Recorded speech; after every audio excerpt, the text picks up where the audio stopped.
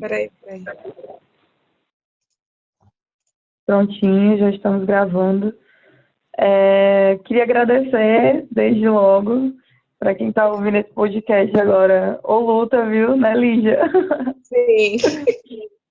Mas a gente teve alguns probleminhas técnicos, por isso a gente está gravando pela segunda vez, então todo mundo vai ter acesso a um conteúdo duplamente melhor, né?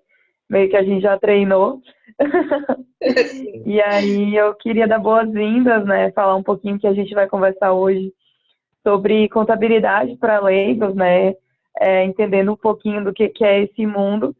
E a gente fez um convite super especial para a Lígia, e eu queria perguntar logo quem é Lígia na fila do pão, para ela conversar um pouquinho com a gente e explicar o que ela faz com relação à contabilidade, como que a gente vai falar um pouquinho hoje.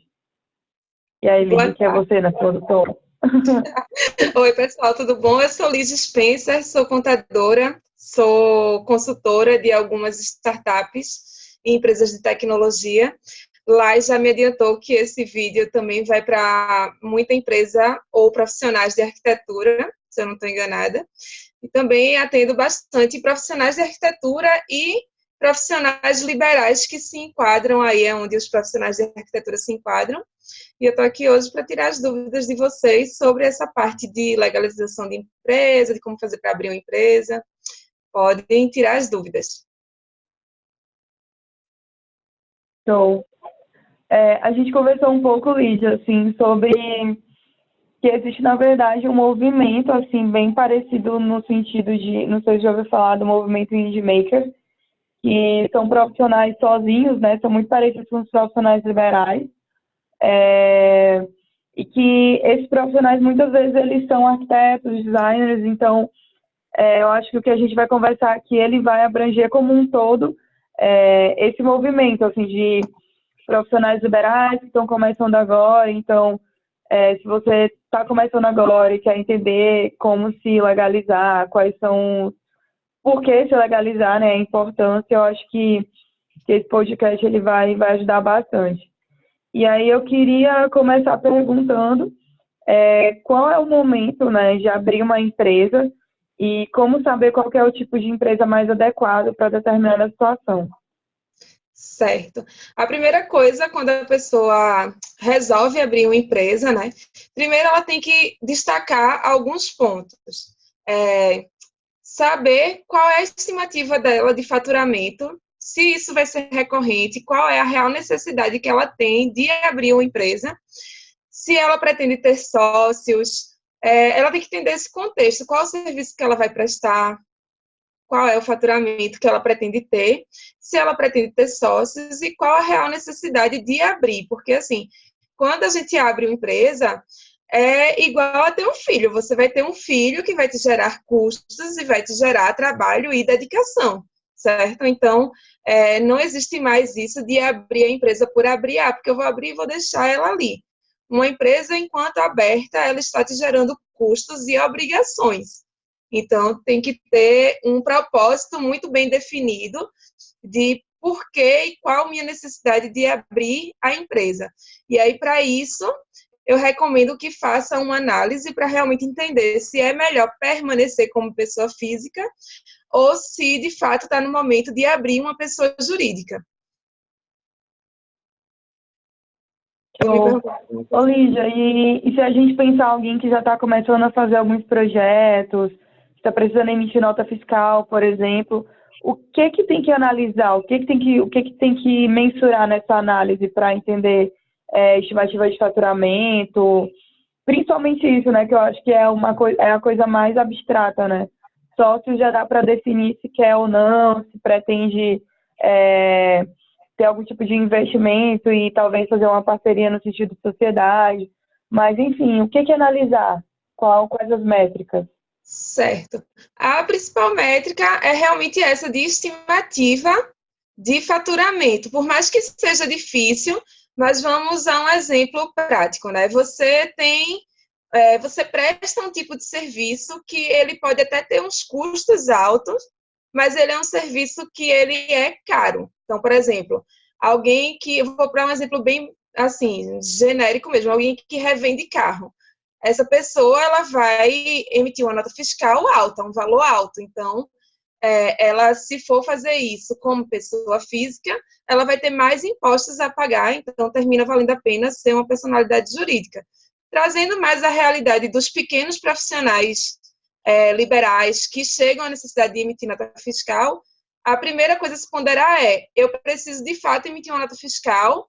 Se eu for emitir essa nota fiscal como pessoa física, como autônomo, essa nota fiscal ela pode me dar muitos custos. Por quê? Porque a pessoa física ela fica sujeita à tabela de imposto de renda pessoa física, que ela é bem mais onerosa do que a tabela de imposto das pessoas jurídicas, porque essa pessoa jurídica ela vai de acordo com o tipo de tributação que ela se enquadra. Então, basicamente, é entender, de fato, sim, Lígia, meu produto ou meu serviço, ele é algo que eu preciso emitir, eu preciso faturar, e o custo dele é elevado. Então, eu vou emitir algo em torno de mais de 10 mil reais, mais de 5 mil reais. A pessoa física, até aproximado, tá? Não tem os valores exatos aqui, mas aproximados, cerca de R$ 1.900 de faturamento mensal é isento de imposto de renda, tá? Mas isso tudo soma com qualquer outro tipo de rendimento que você teve no ano, e aí você vai saber se lá em abril do ano seguinte, se você ainda está na faixa de isenção ou não, que normalmente é em torno de R$ 28 mil de faturamento ou de rendimento ao ano. Então, se você acha que em um ano você já vai você já vai faturar, né? Vai ter uma receita maior do que essa, já é bom ponderar abrir uma pessoa jurídica ou não, né? Um CNPJ ou não. Realmente vai depender de uma análise criteriosa. Por quê? Porque algumas atividades, como, por exemplo, design, arquitetura, que são profissionais liberais, você, como pessoa física, pode fazer o livro caixa, que é quando você consegue deduzir da sua receita, ou seja, eu prestei um serviço, esse serviço custou 10 mil reais. Mas para executar esse serviço, eu tive um gasto de 5 mil reais comprovado. Então, comprovado é o quê? Eu tenho cupom fiscal, eu tenho comprovação fiscal desses gastos que eu executei e que, de fato, eles são correspondentes ao serviço que eu executei. Então, na pessoa física, a pessoa física ela pode, sim, ter a figura do livro caixa, que deduz o imposto de renda a pagar. Então, por isso que é importante fazer uma análise, e aí, nesse caso específico, se você for uma pessoa física que tem muitos gastos para executar o seu serviço, eu recomendo você fazer um planejamento tributário antes de pensar em abrir uma empresa. Então, teria que recorrer ao auxílio de algum profissional, porque numa dessas você consegue economizar bastante imposto. Quanta informação! Eita, deu eco. Lai? Opa, acho que agora foi. Deu eco enorme. Fiquei Tá, até nervosa, Lígia, com tanta informação. eu vou tentar só resumir aqui, é isso. A primeira coisa que você vai ter que definir quando quer abrir uma empresa é: vou continuar trabalhando como autônomo, como uma pessoa física, que serei tributado pelo imposto de renda pessoa física, ou eu vou ser agora uma pessoa jurídica e vou ser tributado de acordo com os regimes tributários do Brasil, que aí a gente fala deles mais adiante. Para fazer essa análise, se você é uma pessoa física que presta esse serviço recorrente, ou seja, todo mês, toda semana você tem faturamento, né? Você tem rendimento, você tem que emitir uma nota fiscal de autônomo ou um recibo de autônomo. É bom você analisar. Eu tenho custos, esse meu serviço, ele me gera custos que eu consigo reduzir o meu faturamento, eu consigo reduzir a minha base de cálculo do imposto. Se você tem custos, aí eu recomendo que você faça uma análise, e aí nesse ponto é importante procurar um profissional, porque são muitos detalhes para poder ver se vale a pena continuar como pessoa física, porque às vezes vale a pena, tá? Às vezes, se você tem um escritório que para executar um serviço de designer tem todos os gastos envolvidos no escritório. e esses gastos eles deduzem do teu rendimento, talvez valha a pena, tem que ser analisado caso a caso.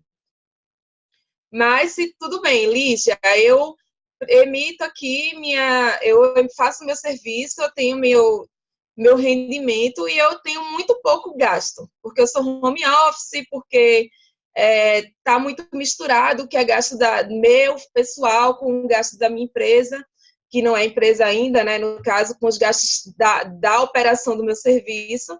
Então, não tenho nada comprovado, eu tenho só o faturamento que eu recebo, e aí, para mim, está muito pesado ser pessoa física, porque realmente a pessoa física, a alíquota, ela pode chegar até 27,5% do rendimento. Então, é uma alíquota alta comparado com a pessoa jurídica, que é a empresa. Então, tudo bem, se você ponderar e ver que está no momento de ser empresa, aí agora vem os questionamentos sobre que tipo de empresa melhor se adequa às minhas necessidades. E aí, essa seria a próxima pergunta, Lígia. Como definir, né?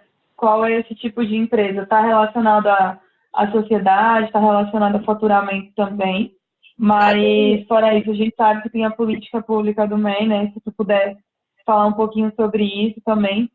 E de forma breve, assim, quais são esses tipos de empresa e quais são as consequências, né, de cada uma delas. Certo.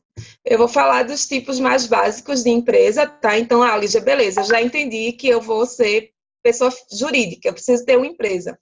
Aí você vai ter que levar em consideração, novamente, sua estimativa de faturamento. Você vai ter que pensar, Lígia, eu quero abrir empresa, mas eu não quero ter sócios nenhum.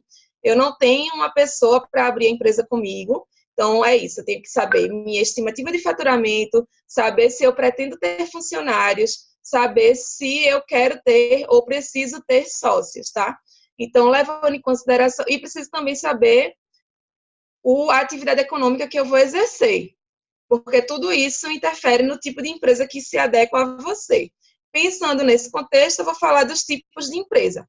A primeira, que está muito popular, é o MEI, que se chama microempreendedor individual. O microempreendedor individual, ele tanto é tipo de empresa, como tipo de...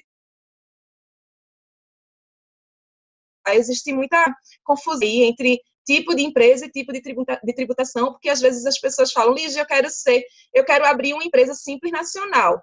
Simples nacional é um tipo de tributação, de regime tributário. Então, primeiro você tem que entender qual é o tipo de empresa, para depois a gente partir para o tipo de regime tributário que vai se adequar à sua empresa, tá? Então, voltando ao MEI, o microempreendedor individual, ele é aquela figura micro mesmo, e como o mesmo nome diz, é individual, ou seja, você não pode ter sócios, é só você. E ele tem como maior especificidade dele duas restrições. A primeira é que o faturamento anual do MEI não pode extrapolar R$81.000, ou proporcional ao tempo que tiver aberto. O que isso quer dizer? Quer dizer que, se agora, em julho, eu abrir um MEI, de julho a dezembro, eu não passei 12 meses aberto em 2019. Então, eu só posso faturar proporcional aos meses que eu fiquei aberto. Então, eu vou pegar 81 mil, dividir por 12 e multiplicar pelos meses que eu fiquei aberto. Então, tem que ter esse cuidado, porque às vezes a pessoa quer abrir uma empresa porque precisa agora, nesse momento, emitir uma nota de R$70.000. Já não vai poder ser MEI, porque não ficou o ano de 2019 inteiro aberto. Então, a primeira coisa é essa, a primeira restrição do MEI é o faturamento dele, não pode ultrapassar 81 mil ao ano ou proporcional aos meses que a empresa está aberta naquele ano. E o MEI só pode ter um funcionário. Então, Lígia, eu quero abrir meu MEI porque eu tenho uma loja e eu vou ter 5 vendedores. Então, você não pode ser MEI, tá? Porque você só pode ter um funcionário. Essa é a principal restrição do MEI. E a terceira grande restrição do MEI é que nem todas as atividades econômicas, ou seja, nem tudo que você executa como serviço ou produto, ou prestação de serviço, ou comércio, ou industrialização, está enquadrado no MEI, pode ser MEI. Nem todos os serviços podem ser MEI. Então, essa é outra grande restrição de ser MEI, você tem que entender. vou faturar até 81 mil no ano, ok, posso ser. Não pretendo ter mais do que um funcionário e minha atividade econômica, ela se enquadra no MEI. Então, como saber, né? Primeiro, você pode entrar no portal do empreendedor, que é online. Tudo do MEI é simplificado. Assim, você entra no portal do empreendedor, você consegue abrir, alterar e encerrar seu MEI, tudo online pelo portal do empreendedor. E você também consegue verificar no portal do empreendedor quais as atividades econômicas que pertencem ao MEI. Normalmente, são aquelas atividades que não exigem que você tenha formação. Ou seja, você não precisa ter uma formação universitária, uma graduação para executar esse serviço. Então, o contador pode ser MEI? Não, não pode ser MEI. Profissões que tenham regulamentação, normalmente não podem ser MEI. Como a legislação da gente anualmente sofre alterações, então sempre que você pretender abrir sua empresa, vai no portal do empreendedor e verifica se aquela atividade pode ou não ser MEI, tá? Partindo do MEI, tem o segundo tipo de empresa, que é o empresário individual. O empresário individual, ele também não precisa de sócio, é você sozinho. Só que o empresário individual, ele vai estar, ele tem como diferenciação do MEI a questão tributária. Como eu não falei anteriormente, só voltando um pouco, a grande vantagem de ser MEI hoje em dia é que você tem isenção de vários tributos, então você paga apenas uma mensalidade que chega a algo em torno de R$60, eu acho que não chega nem a R$60 hoje em dia, e já está incluído todos os tributos que você deve. Então, abri meu MEI hoje, todo mês eu vou pagar aquela mensalidade, independente se eu emitir nota ou não, e eu já estarei com todos os meus tributos em dia. Isso é uma grande vantagem do MEI. Qualquer outro tipo de empresa que não seja MEI vai ter que se enquadrar aos regimes tributários do Brasil. Então, o empresário individual, ele não vai ter essa vantagem de, com apenas R$60, estar liberado de qualquer outro tributo, ou estar totalmente quitado. Então, o empresário individual, ele não vai ter restrição de faturamento, ele não vai ter restrição de contratação de funcionários, não tem restrição de atividade econômica que ele pode executar, porém, ele não tem a vantagem de pagar apenas R$60 mensais e estar com tudo ok em relação aos impostos, certo? O outro tipo de empresa que tem é a sociedade limitada, que, como o nome diz, sociedade, né? Eu preciso, no mínimo, ter a outra pessoa. Sou eu e mais alguém. Então, fora essa restrição de ser sociedade, de precisar de um sócio, ela não tem mais nenhuma outra restrição similar ao empresário individual. Então, eu não preciso do limite de faturamento, eu não preciso ter restrição de atividade econômica, eu não tenho restrição de contratação de funcionários, mas estou submetido ao regime tributário que eu me enquadrar e eu preciso de um sócio. Uma outra figura que surgiu recentemente, né, acho que é algo de 5 anos para cá, foi a EIRELI, que também ficou bem famosa, que a sigla quer dizer Empresa Individual de Responsabilidade Limitada.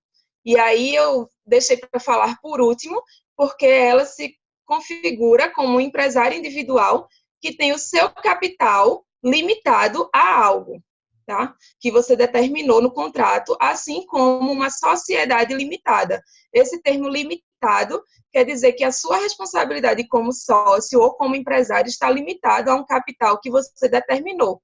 Então, tanto o empresário individual como a sociedade limitada, há a diferença entre personalidade física, que é você, pessoa física, e a personalidade jurídica, que é a empresa. Então, Lígia, minha empresa teve problemas judiciais e, inicialmente, eu vou responder com a personalidade jurídica. E isso só ocorre no empresário individual de responsabilidade limitada, que é a EIRELI, e na sociedade limitada. O MEI e o empresário individual, que a gente chama de EI, eles têm a mistura de personalidade física com jurídica, ou seja, você é uma coisa só, você e sua empresa são uma coisa só, não são dois itens. Acho que deu para entender essa parte, né? Espero que sim. É um pouco confuso mesmo. Deu para entender bem. Eu queria ter uma... Pera. Aí, lá, só voltando a mais uma limitação da Eireli, hoje em dia, então, porque quando a gente fala assim, a Eireli também não tem limitação de faturamento, ela não tem limitação de funcionário, não tem limitação de atividade econômica, mas para ser uma Eireli hoje em dia, você tem que ter investido na empresa no ato da abertura dela 100 vezes o salário mínimo vigente. Então, eu tenho que ter investido, hoje em dia está R$ 998 o salário mínimo. Então, eu tenho que ter investido na minha empresa, no ato da abertura dela, pelo menos R$ 99.800. Então, esse é o grande limitador que faz com que várias pessoas comecem, assim, subindo o degrauzinho, né? Então, eu não quero ter sócios, não pretendo ter sócios. Gostaria muito de ter minha personalidade física dissociada da minha personalidade jurídica, mas nesse momento eu não tenho R$ 100.000 para abrir uma empresa, para investir na empresa. Então, normalmente, eu recomendo que abra como empresário individual, se capitalize, ou seja, junte dinheiro, faça suas operações e, quando der, você transforma o empresário individual num Eireli, porque o melhor cenário é que haja realmente essa separação de você, pessoa física, para você, pessoa jurídica, tá? Show. Lídia, eu fiquei com uma dúvida com relação a... A gente sabe que tu falou que no MEI, na política pública, né, você pode ter um funcionário. Existe uma limitação de salário para esse funcionário? Não existe limitação de salário propriamente dita, mas existe ao mesmo tempo, porque se a gente pensar que o MEI ele só pode faturar, né, proporcional, se eu pegar 81 mil e dividir por 12, a proporcionalidade dá, em média, 6.750 por mês, tá? Então, para eu não extrapolar aqueles 81 mil do ano, como é que eu vou ter na minha empresa um funcionário que recebe R$ 7.000 e a minha empresa não está no prejuízo, né? Então, eu tenho que, no mínimo, faturar mais do que R$ 7.000 para pagar meu funcionário, entendeu? Então, pela lógica, existe uma limitação, porque seu faturamento está restrito a R$ 81.000 no ano. Então, você não pode ter um funcionário que, no ano, vai receber mais do que R$ 81.000, porque, teoricamente, sua empresa fatura, paga o funcionário, paga o que deve e deveria ter lucro, né? Boa.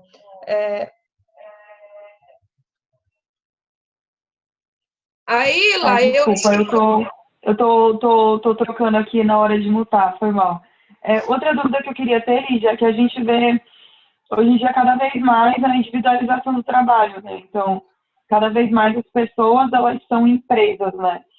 E aí, nesse contexto, por exemplo, tem muita... a gente estava outro dia vendo, né? Vagas para trabalhar até em startups mesmo. E muita gente é PJ, né? Pedindo contratação PJ. Imagino eu que isso tem uma questão também muito forte de direitos trabalhistas envolvidos, né? Além da questão contábil e jurídica. E, e aí, só para fazer um apanhado disso tudo, né? As principais formas disso, a grande dica seria entender se configura como MEI, principalmente pensando em faturamento e com relação a forma, ao que você presta de serviço, né, a sua atividade econômica. Tem a possibilidade também de ser um empresário individual, ser uma sociedade limitada e necessariamente você vai precisar ter sócios, né? E uma Eireli, que é como se fosse a melhor forma, né, o melhor panorama, pela tua fala, foi o que deu para entender que é o melhor panorama, porque tem uma diferenciação entre a pessoa física e a pessoa jurídica, e o grande empecilho disso é ter capital, né, para conseguir abrir essa empresa com um salário, conseguir fazer um investimento de 100 vezes o valor do salário mínimo vigente. Isso. E aí, de maneira geral, essas são as nossas formas, né, de empresa, os tipos de empresa. E aí, tu falou muito de uma coisa de regime tributário. Me conta mais o que é isso, que bicho é esse, que morde, se não? No Brasil, né, existem 3 formas de regime tributário. O regime tributário é a forma como vai ser calculado o imposto que a pessoa jurídica deve, certo? Então, o MEI, ele pertence ao Simples Nacional, que é um dos regimes tributários. Existem três, que é o lucro real, lucro presumido e o Simples Nacional. Eu vou começar a falar do mais simples, que é o simples, e partir para o lucro real adiante. Então, o MEI, ele até, acho que se alguém aqui já é MEI e quando vai pagar o DAS do MEI, que é o documento de arrecadação, DAS do MEI, eu já antecipei, né? Documento de arrecadação do Simples do MEI. Então, o Simples, ele é um incentivo fiscal que tem dentro o MEI é um incentivo fiscal que tem dentro do Simples Nacional, certo? E o que é isso do Simples Nacional? Ah, ele é simples mesmo? Não, não é. O nome foi dado só porque ele simplificou a forma de pagar o imposto. Qualquer outro tipo de regime tributário, eu pago várias guias, né? Vindo para o termo que o contador nem fala tanto, vem para boletos, né? Então, no Simples Nacional, ao invés de eu pagar um boleto para cada tipo de imposto, que seria imposto sobre serviço, que é o ISS, imposto de renda, PIS, COFINS, que são esses termos, no Simples Nacional é um único boleto que eu pago tudo. Então, por isso que é Simples Nacional. Ele simplificou a forma de pagamento. Mas, como eu antecipei, né, o Simples Nacional ele não é tão simples assim. O Simples Nacional ele tem 5 anexos de alíquotas, que são os percentuais de imposto a pagar.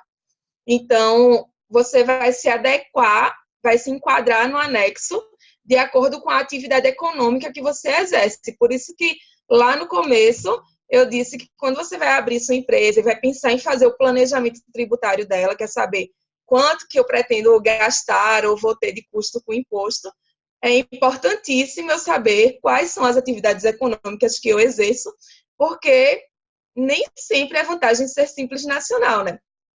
Tem anexo no Simples Nacional que realmente é a alíquota sobre o faturamento total da empresa, naquela nota que você emitiu, daquele mês específico, começa em 4%. Já tem alíquotas do Simples Nacional que chega a 15,5% sobre o faturamento.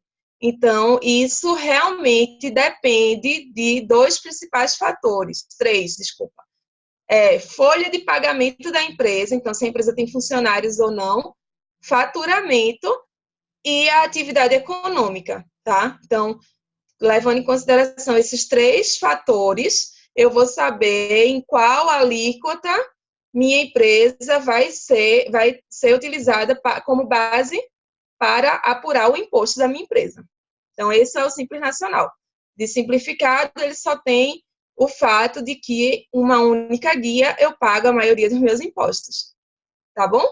E aí, passando para o lucro presumido, que é o outro regime tributário que tem, o lucro presumido ele vai ter vários impostos que você paga separadamente, e alguns impostos do lucro presumido incidem no faturamento, ou seja, emitir uma nota de 10 mil reais, alguns impostos eles vão incidir na nota, nos 10 mil reais. Outros impostos eles vão incidir na presunção do lucro, que é aí que chega o nome presumido.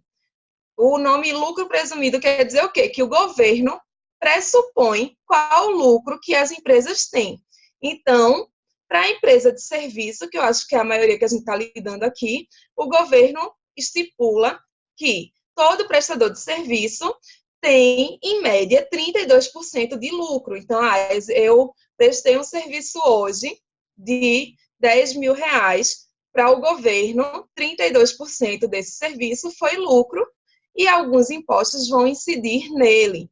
Então, nessa questão aí do lucro presumido, quando você quer comparar ele com o Simples Nacional para saber qual dos dois é mais vantajoso para a sua empresa, tem que ter um pequeno cuidado, porque no lucro presumido, nem todos os impostos eles incidem no lucro ou no faturamento. Então, eu tenho que trazer tudo para uma base de cálculo só, que aí gera uma contazinha inversa, mas, via de regra, empresas do lucro presumido têm como carga tributária no seu faturamento algo em torno de 14 a 16,5%. Isso depende do município que você está por conta do ISS, que é o Imposto sobre Serviço. E aí, passando do lucro presumido, vamos para o lucro real.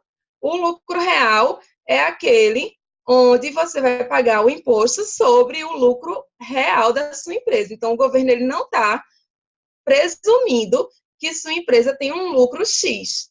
Ele vai dizer, calcule seu lucro, ateste isso com um contador, me informe e apure os impostos conforme o lucro real.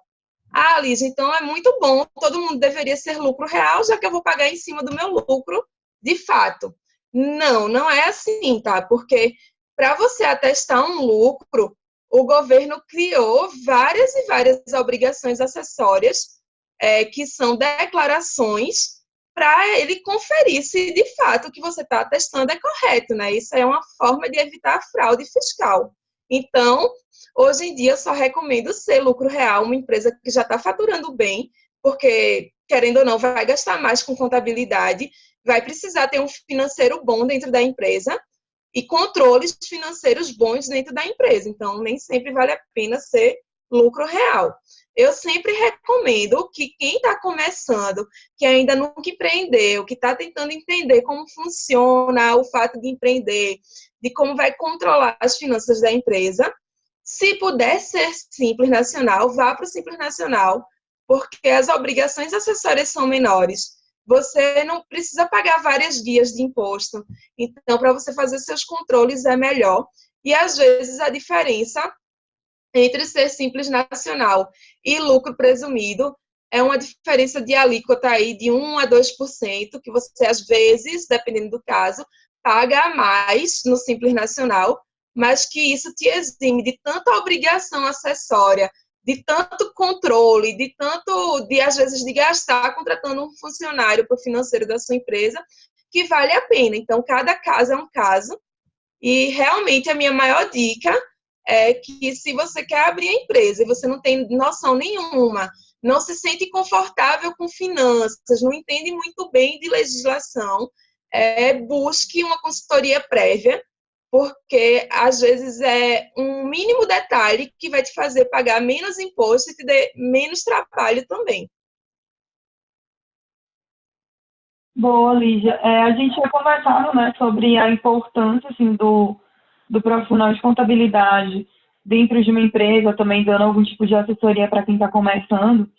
E acho que da tua fala, assim, eu fiz várias anotações, porque é muita informação, é um tema que ele é denso, né, por natureza, e que é muito importante ter esses profissionais, principalmente para ter uma visão mais de longo prazo, né, não ter essa visão tão limitada, entender que as ações de hoje, elas têm consequências no futuro. Sim. E aí, aproveitando isso, Lígia, eu queria, para tu fazer um jabá e explicar um pouquinho como que tu trabalha e como que Lígia pode ajudar as pessoas a não ter muitas consequências não legais no futuro.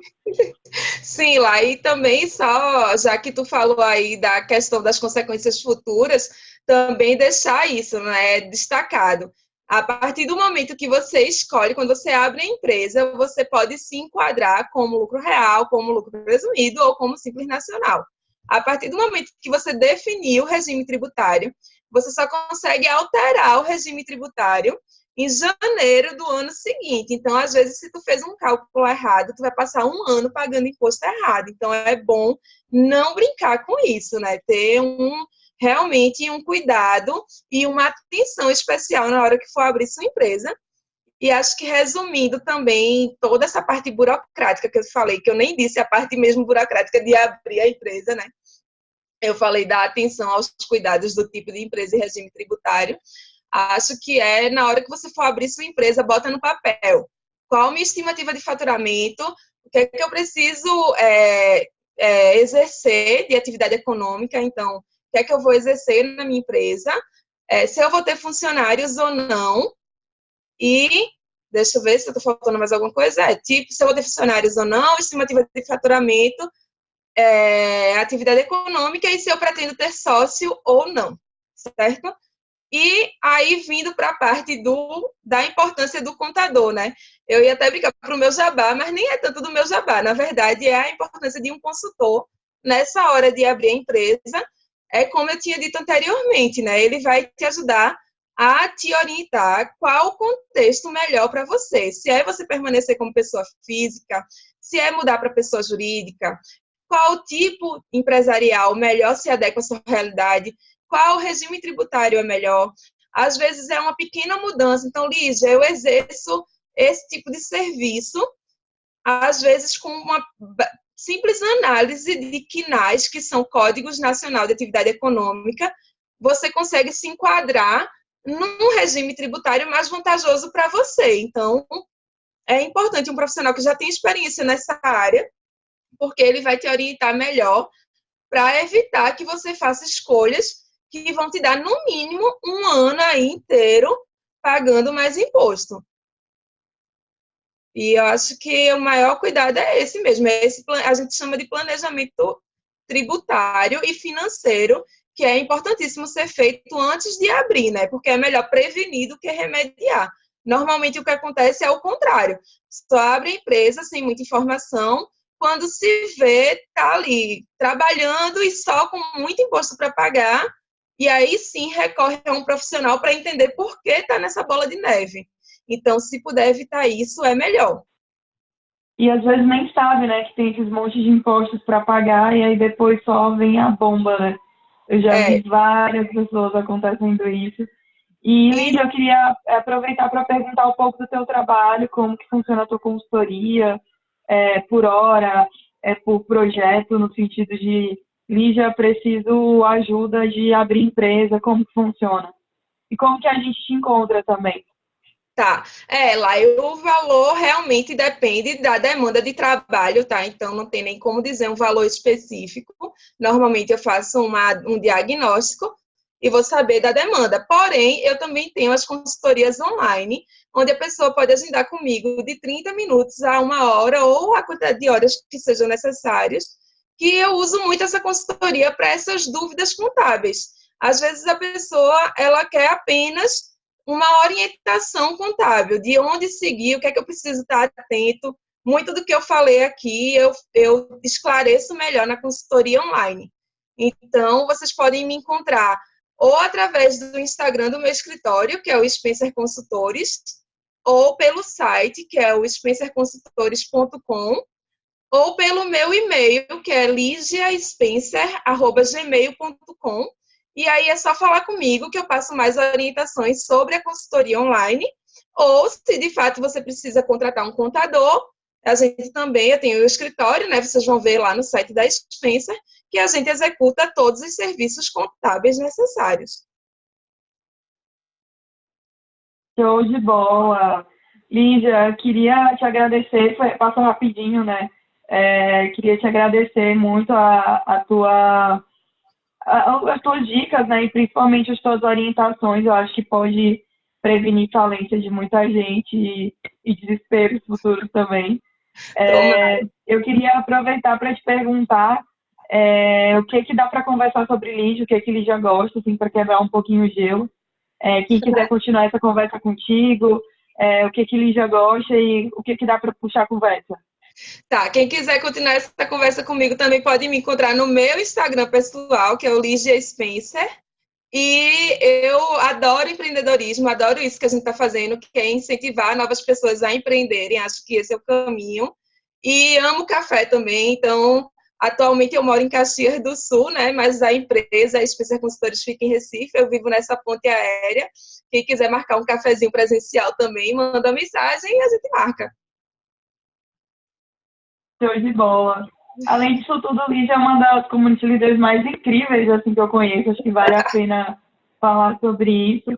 Existe um evento, né, chamado o Mangue Beach, lá de Recife, e já vi muita gente falando super bem do trabalho que Lígia faz, né, de como que deu uma ajeitada assim, financeiramente também na comunidade. Então, queria também falar isso, né? Lígia também gosta de comunidade. Conheci Lígia no meio de comunidade, né? Em comunidade startup. Sim, eu E tô... acho que é mais um papo massa, assim, que dá para puxar para quem quiser conversar um pouquinho mais com o Lídia. Isso, pode falar sobre comunidade, sobre startups, sobre empreendedorismo, é só contar comigo. Obrigada pelas palavras, Lai. E já que a gente falou do Mangue Beat, que é uma conferência de startups e empreendedorismo, que vai esse ano, vai acontecer dia 19 de setembro, lá em Recife. Então, também, quem quiser participar, procura aí, me procura sobre o Mangue Beat e a gente bate o papo lá no Mangue Beat também. Show de bola. Então é isso, gente, por hoje. Espero que tenha ajudado um pouquinho a esclarecer algumas dúvidas, né? Foi algo bem introdutório, é um assunto um pouco denso, mas Lígia está aí para isso, né? Para dar consultoria e para ajudar de fato as pessoas a não ficarem desesperadas e a descomplicar um assunto que é natural para os leigos, né? Para as pessoas normais e não para essa entidade chamada contadores. Sim. O que é contabilidade, né? Como ter esses cuidados financeiros. Mais uma vez, queria agradecer muito, Lídia, a tua disponibilidade e até a próxima. Tchau, Lai, obrigada. Lai, cadê tu, mulher?